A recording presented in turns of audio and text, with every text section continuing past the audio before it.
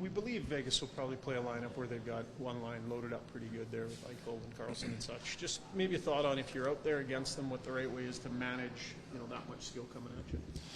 Yeah, I think at this point of the year, everybody's got a bunch of good lines, and I think it'll be no different the way that we play. I think anybody can kind of match up pretty well, but the best defense, I always say, is playing in the O zone. So limiting their chances as much and getting back and kind of playing as a five-man unit and trying to play offense as much as possible. You would have played against Jack a fair amount. Just, what's the right way to manage a guy that has that kind of speed with the hands and skill combined?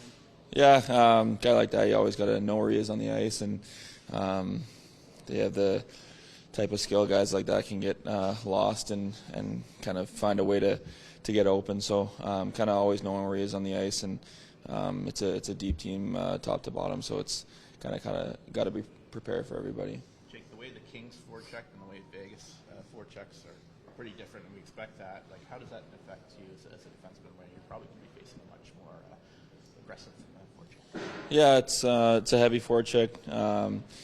I mean, we watch film and stuff like that, so trying to prepare ourselves the best as we can, and completely different series, I would say. So, yeah, trying to feel it out early on and get the hang of it, and then, go from there. How much will kind of puck moving it quickly, as somebody who likes to do that and good at that, kind of affect this series, do you think? Yeah, we got a bunch of D-men that can move the puck well, and I always say getting it up to our forwards as quick as possible, and got so much skill up there that that's the best form of defense. So, yeah, trying to limit their chances as much and kind of ending plays quick, and obviously the breakouts will be important. This might be a dumb question, but when you got two guys like Connor and Leon, what is does that ease the pressure in a tight game, just knowing you have guys that can take over a game? Are they like a safety net almost mentally? Yeah, I don't think it's a dumb question.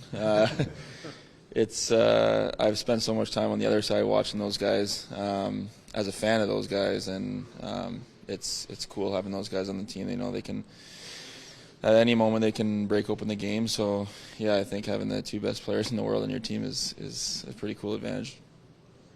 Why do you think these playoffs have been, chaotic's the right word, but you've seen so many late comebacks, and not only in your series, across the league. Is there anything that you can put your finger on that seems to be happening more this year than?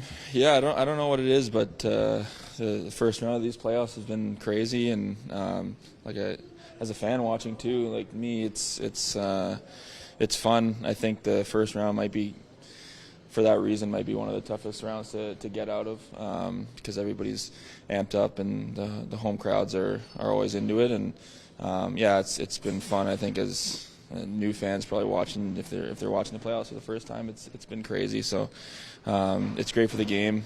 It's exciting to play in those games, and as a competitor, you want to be a part of it. You said everything gets amped up in the first. I've always thought the second round might be the toughest one because that initial excitement's over, but you got such a long road ahead of you. Is this the most difficult round to prepare for almost? I've never played in the second round, so I'll let you know after the round. But we have so much experience in the room, obviously, with what the guys went through last year, and being able to lean on guys like that, I think, I can let you know the answer to that after the round. But no, it'll be, I'm sure it'll be just as tough as the first one, if not tougher, like you said, and we're excited. We got the guys in there that are excited to do it. Jake, three Canadian clubs have made their second round.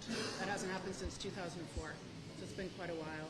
And we'll say there's a bit of nationalistic fervor out there given world events, but what would it mean to you to be on that Canadian club that ends that drought, given the kind of current climate? I think I grew up in a Canadian market in Toronto, and the passion from Canadian fans is, I think, hockey-wise, probably a little bit different. They're crazy, and they want to see their team win. So, just really proud to be part of a Canadian organization, and hopefully looking to do some special things and make them proud.